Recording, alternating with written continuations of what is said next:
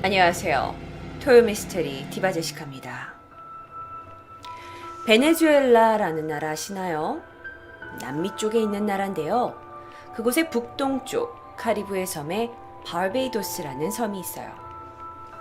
지난 180년 동안 사람들을 공포로 몰아넣은 아주 미스테리한 사건이 있다고 해서 제가 가져왔습니다. 바베이도스라고 불리는 곳은 1966년 영국령에서 독립한 섬나라예요. 이곳은 인구의 80% 이상이 흑인이었고요. 이 나머지는 과거에 이곳을 지배했던 영국계 백인들이 살고 있었죠. 이곳에서 살고 있었던 영국계 귀족 출신 토마스 체이스라는 사람이 있었어요. 그는 1789년 바베이도스로 이주를 해서 이 원주민들의 노동력을 막 착취하고 쉽게 말해 식민지 정책을 한 장본인이 되겠죠. 그는 이렇게 바베이도스에서 영국을 위해서 열심히 일했지만 너무나 안타깝게도 영국 정부로부터 돌아갈 수 없다는 통보를 받게 됐다고 해요. 그래서 1807년 4월 바베이도스 도심에다가 돌로 만들어진 지하 무덤을 제작하게 됩니다. 이게 바로 그 실제 지하 무덤의 사진이에요. 이 사진이요. 여기는 지금까지도 바베이도스에 남아있는 아주 유명한 장소라고 합니다. 이게 실제로 이 지하 무덤에 들어가게 되는 입구 사진이 되겠죠. 자, 이곳은요, 지하 무덤이라. 그러니까 보통 사람들은요, 사람이 죽으면 땅에다가 묻잖아요. 근데 여기는 묻지 않고 관 자체를 지하로 들고 가지고 가서 그냥 보관할 수 있는 곳이었어요. 아니, 그럼 체이스경은 왜 이걸 만들었을까요? 왜냐면 일단 처음에는 자신과 자신의 가족들의 관이 이쪽으로 들어가게 해놓고 자신이 죽은 뒤에 이곳에서 가족들의 관을 꺼내서 자신의 고국인 영국으로 가기를 원했던 거죠. 그래서 아마 이렇게 제작을 했던 것 같아요. 그런데 1807년 체이스경의 아내가 사망하게 됩니다. 그래서 체이스경은 자신의 계획대로 그녀의 관을 제일 먼저 이 돌무덤 속에 안치하게 되죠. 그런데 이제 그에게는 남아있는 딸들이 있는데요. 아버지 체이스경이 굉장히 강압적으로 이 바베이도스에서 식민지 정책을 하고 있던 걸 강하게 비판하고 있던 게 바로 첫 번째 딸이었어요. 이 첫째 딸 돌카스가 아버지를 늘 이렇게 비판을 하면서 바베이도스 이 주민들은 너무나 선량한 사람인데 아버지가 너무 그들을 괴롭히고 있다라고 부탁을 간곡히 했었다고 해요. 그런데 아버지는 어때요? 어쨌든 이 식민지 정책을 여기서 자리를 잡아야 되니까 딸과 좀 의견 충돌이 잦아졌던 것 같아요. 그러다 첫째 딸 돌카스가 아버지에 대한 반항으로 단식 투쟁에 들어가게 됩니다. 그랬던 그녀는 너무나 안타깝게도 1812년 7월 6일 사망하게 되죠. 자, 딸이 그렇게 죽어버린다면 아버지의 마음은 어떨까요? 딸이 죽고 나서야 이 돌카스의 죽음이 자신의 잘못이라는 걸 깨닫게 됐죠. 그래서 토마스는 음식도 먹지 못하고 시름시름 앓다가 어느 날 알 수 없는 병에 걸려서 딸의 뒤를 이어 한 달 만에 8월 9일 사망하게 됩니다. 자, 그의 관은 어디로 갈까요? 그의 관은 유언대로 이 지하 무덤에 안치되게 되죠. 자, 그런데 딸이 죽고 나서 얼마 되지 않아 아버지가 죽었어요. 그러다 보니까 이 무덤을 관리하고 있던 이 관리자들이 딸의 무덤과 딸의 관과 아버지의 관을 겹쳐서 두게 된 거예요. 공간 자체가 좀 좁았을 수도 있고요. 그렇게 그를 묻은 지 얼마 되지 않아서 원주민들이 막 달려오기 시작했어요. 저기요! 이상해요. 이 관 주변에서 자꾸 이상한 소리가 나고요. 새벽만 되면 막 이상한 빛이 나기도 하고요. 무서워 죽겠어요. 또 무슨 원주민들이 이상한 소리 하는 거야 하고 무덤 관리인들이 이 무덤 가까이에 가다가 결국은 이곳을 열어보게 되죠. 그런데 그들이 그곳에서 경악을 금치 못하게 됩니다. 분명 며칠 전까지 아버지 토마스의 관과 딸의 돌카스의 관은 겹쳐서 있었어요. 그런데 무덤을 열어보니 딸 돌카스의 관은 벽에 기댄 상태로 있게 됐고요. 아버지 토마스의 관 또한 약 240도 정도 왼쪽으로 치우쳐 있었고요. 누가 죽은 사람의 관을 눕혀두지 않고 세워두겠어요? 이건 너무나 이상했던 거죠. 게다가 외부 침입의 흔적이 없었고요. 새벽 동안 주민들한테 계속 이상한 소리도 들리고 빛도 새어나오는 것 같고, 사람들은 정말 미스테리하다고 생각했지만 크게 소문내지 않고 별다른 조치를 취하지 않았다고 해요. 그렇게 세월이 흘렀습니다. 4년이 지났어요.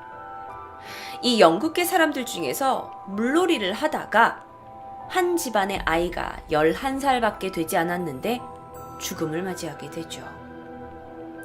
그들이 고심 끝에 이 아이의 시체를 이 돌무덤 안에다가 넣기로 결정했어요. 그래서 사람들이 돌무덤 안으로 들어갔고 아이의 시체를 안치하게 됩니다. 이러한 모양으로요.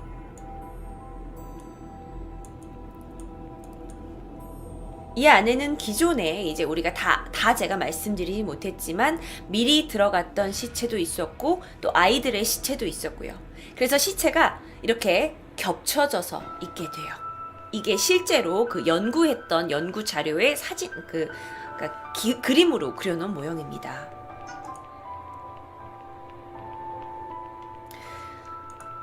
자, 관리자들이 아이의 시체를 두러 들어갔을 때만 해도 이 무덤 안은 평안했어요. 그런데 시간이 조금 지났습니다. 약 52일이 지났어요. 세뮤엘이라는 사람이 병환으로 사망하게 되죠. 그도 영국인이었고요. 사람들은 논의 끝에 이 세뮤엘이라는 사람의 관을 이 돌무덤 안으로 안치하기로 결정합니다. 그리고 그들은 52일 전에 한번 열었다가 닫아놓은 이 돌무덤을 다시 열게 되죠. 그런데 그 무덤 안에서 이리저리 흩어져 있는 관들을 보고 경악을 금치 못하게 되죠. 실제로 처음에는 이런 모양으로 있던 곳이 이렇게 흩어져 있었다고 해요.